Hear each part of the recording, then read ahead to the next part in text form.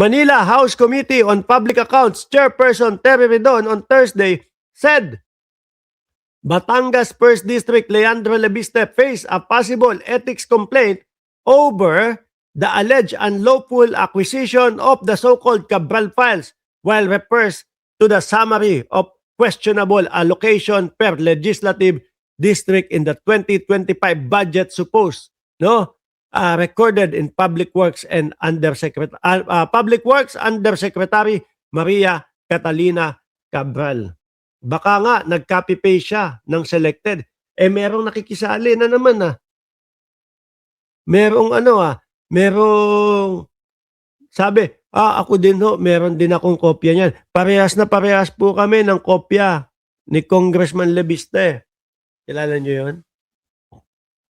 Kasi nagdududa na ho yung mamamayang Pilipino Duda na doon sa mga papeles na hawak ni ni Lebiste 'Di ba? Siyempre kailangan po may mga to the rescue na 'yan. Kailangan yung mga kakampi mag-rescue na 'yan. Uy, parehas po kami nung papeles na hawak ni Lebiste. Kilala niyo 'yon? Yung mayor na na-issue doon sa 110 million na tennis court.